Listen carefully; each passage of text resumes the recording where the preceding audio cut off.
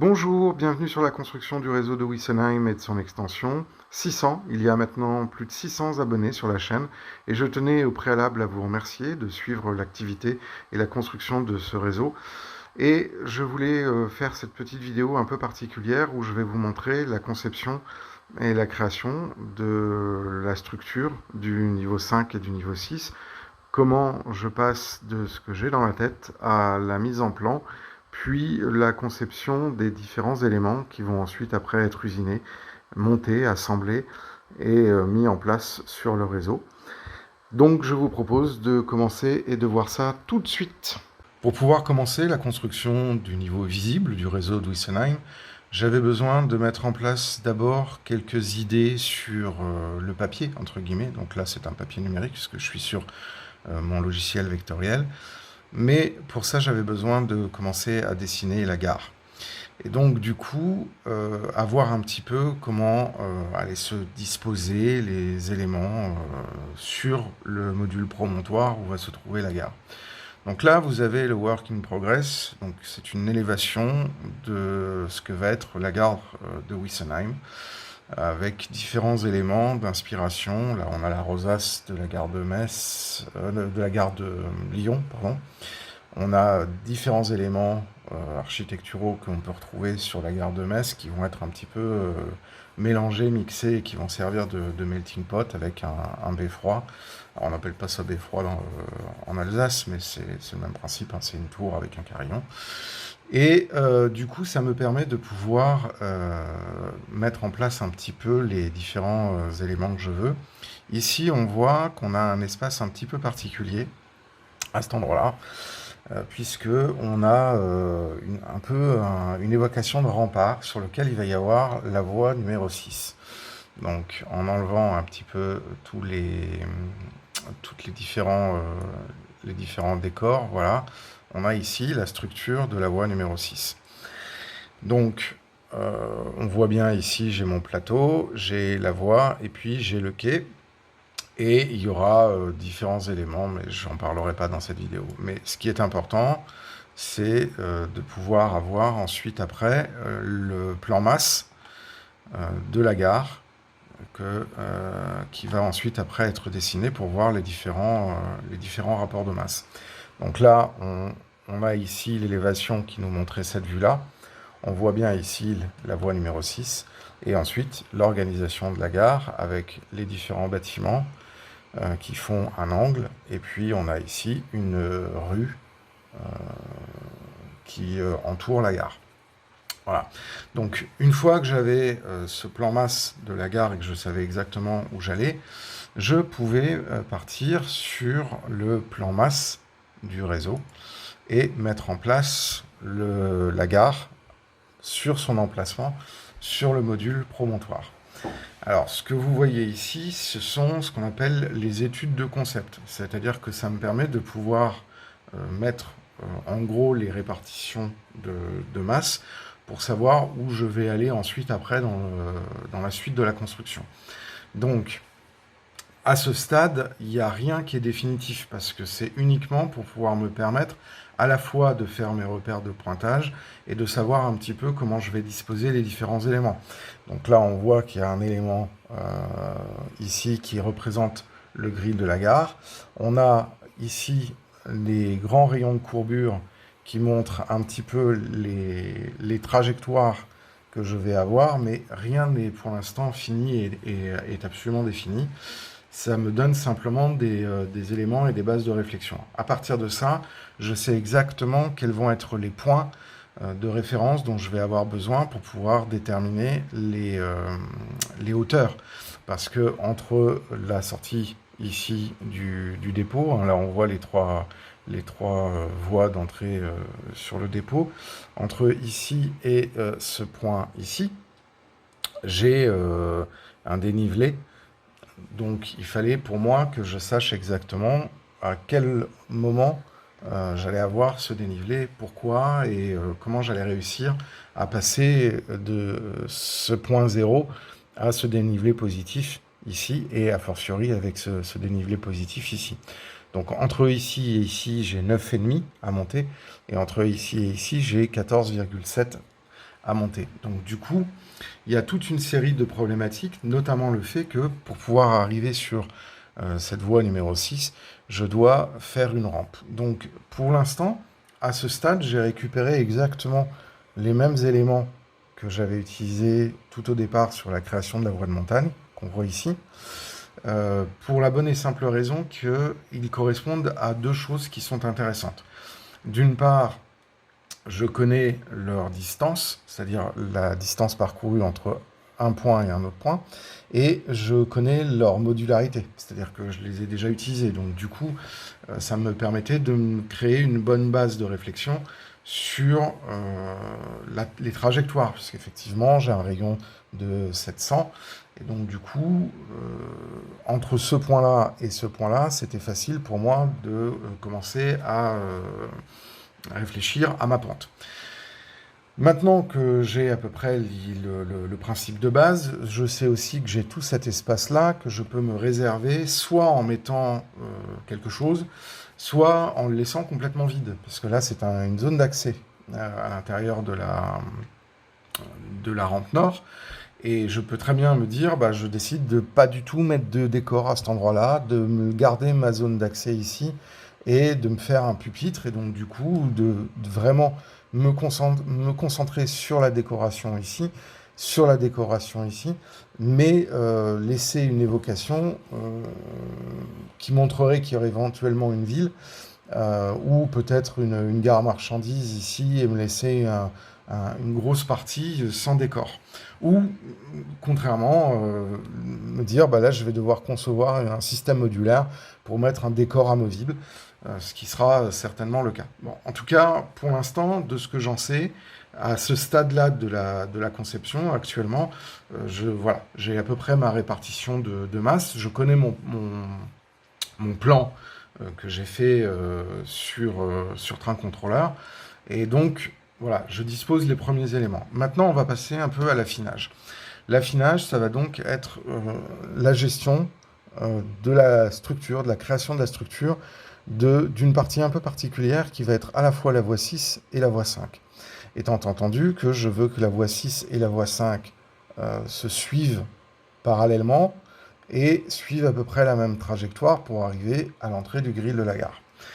Donc, je crée un nouveau fichier et là, je mets un petit peu au propre ce que j'avais précédemment. Je vois que je peux me déterminer toute une série de rayons de courbure qui vont me déterminer d'abord la structure des pièces du niveau 6 qui descend, et ensuite la structure du niveau 5 qui descend, de la voie 5 qui descend du niveau 6 au niveau 5. Donc là, ce que vous pouvez voir, je vais faire un petit zoom, c'est que j'ai différents rayons de courbure qui correspondent à différents éléments. C'est-à-dire que j'ai une première plateforme de voie, un mur de soutènement, une rigole, une margelle, une deuxième plateforme de voie et une zone aménageable. Donc, ça me permet de pouvoir déterminer des éléments segmentés et éventuellement de concevoir bien ces éléments segmentés et d'intégrer dans les couples de chacun de ces segments les rapports de pente. Donc, pour ça, j'ai besoin de connaître mon rapport de pente. Donc, je crée un nouveau fichier. Voilà. Qui me donne les distances. Alors là, j'ai mis un niveau de gris pour pouvoir être sûr de ne pas me paumer, parce que sinon, après, il commence à y avoir beaucoup d'éléments. Et ensuite, j'ai les deux trajectoires qui me donnent les deux rapports de pente. Donc là, on a en marron clair le rapport de pente de la voie numéro 5, et en marron foncé, le rapport de pente de la voie numéro 6. Donc, étant entendu que, bien évidemment, il faut que ces rapports de pente, à l'un comme à l'autre, soient en dessous de la pente maximale que j'ai décidé de ne pas dépasser sur le réseau. C'est-à-dire que je ne veux pas avoir plus de 3%. Donc là, en l'occurrence, sur la pente de la voie 6, j'ai 2,6%, Et sur la pente de la voie 5, j'ai 1,85%.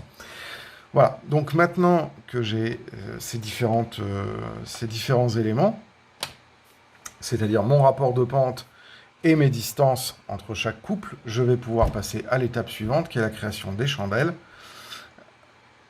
Et on arrive sur ce fichier. Donc là, c'est ce qui est en cours de construction. Je commence à construire la masse principale des chandelles, étant entendu que je commence par la chandelle numéro 1, où les deux plateformes de voie sont au même niveau. Donc, je vais vous remettre les traits de construction, voilà. J'ai la voie numéro 6 ici, la voie numéro 5 ici. On retrouve là l'emplacement du muret de soutènement, l'emplacement ici de la rigole de récupération d'eau de pluie, le muret et la plateforme et la zone ensuite aménageable où il pourra y avoir éventuellement un talus.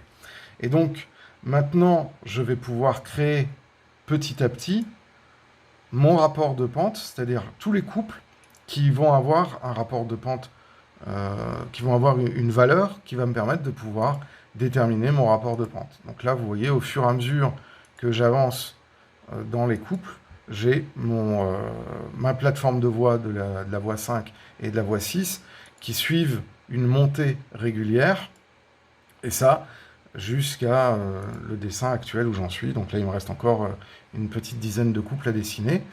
Et donc, je reprends les valeurs qui sont les valeurs déterminées ici. Donc là, je repasse en tracé entre la hauteur de la plateforme de voie de la voie numéro 6 et la hauteur de la plateforme de voie de la voie numéro 5. Voilà, une fois que je vais avoir ces différents couples qui vont être construits, donc là je ne l'ai pas encore fait, j'en suis pas encore là, je vais isoler chacun de ces couples.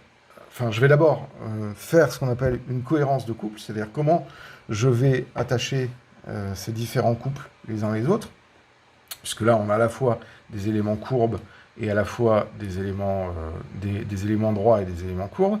Donc je ne peux pas utiliser des tiges filetées, parce que les tiges filetées en courbe, ça ne va pas fonctionner. Donc il va falloir que je trouve un autre système qui permet de pouvoir mettre en place ces différents éléments. Ensuite, après, il va y avoir le dessin final des différentes plateformes, puisque là, on a les tracés théoriques. Donc on voit bien que sur le segment, on a un tracé théorique. Alors je vais vous enlever ce qui perturbe, voilà. Et donc, ensuite, je vais avoir donc des morceaux de segments qui vont être usinés et qui vont ensuite, après, être assemblés. Donc là, je ne vais pas du tout parler de ça aujourd'hui, puisque ça, c'est typiquement de la MFAO, donc le modélisme ferroviaire assisté par ordinateur, dans le sens où c'est de la FAO, de la fabrication assistée par ordinateur.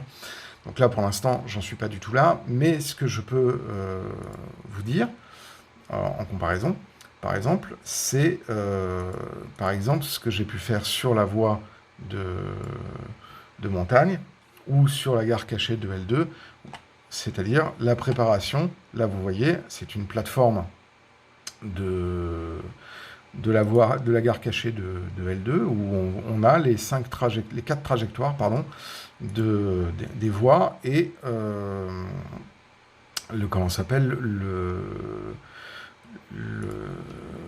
les différents éléments qui me permettent de pouvoir ensuite après lancer l'usinage. Alors par exemple, ensuite après on avait les chandelles. Donc ça c'est les chandelles qui ont été faites pour la voie d'évasion.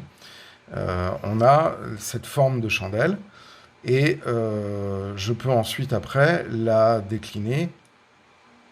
Voilà. Là on voit toutes les chandelles qui ont pu être dessinées. Et je ne sais pas pourquoi j'ai ça d'ailleurs, enfin bon.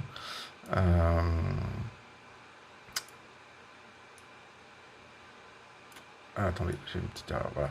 Donc là on a par exemple l'exemple du montée de la voie d'évasion, où effectivement j'ai une montée régulière et donc chaque chandelle a un tronc commun et ensuite après il y a une évolution en fonction de la hauteur où va se trouver la plateforme.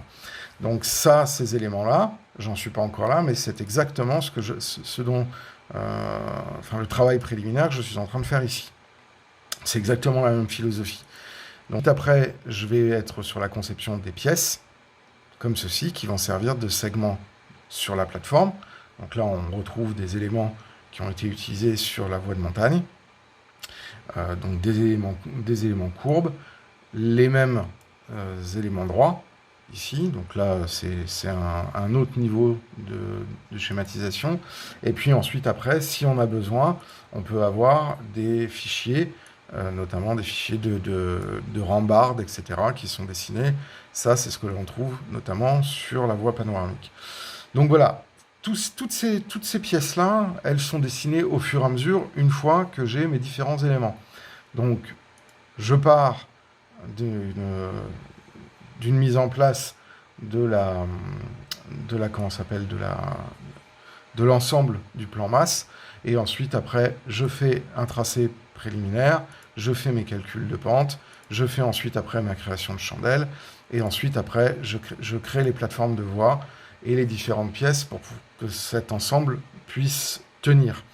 L'objectif ici, ça va être de faire exactement ce que j'ai fait pour la voie de montagne, c'est-à-dire une base, une entretoise verticale, donc une chandelle, qui prend en sandwich deux plateformes de voie, et ça va former un bloc solide, et chaque bloc va être solidarisé les uns et les autres, et donc je vais me retrouver avec un bloc total qui va avoir à la fin ce tracé-là, avec les doubles voies ici qui vont suivre la totalité de ce tracé. Étant entendu qu'à partir du moment où je conçois des éléments, notamment les éléments de plateforme ici, je peux réutiliser à loisir ces éléments pour d'autres réalisations.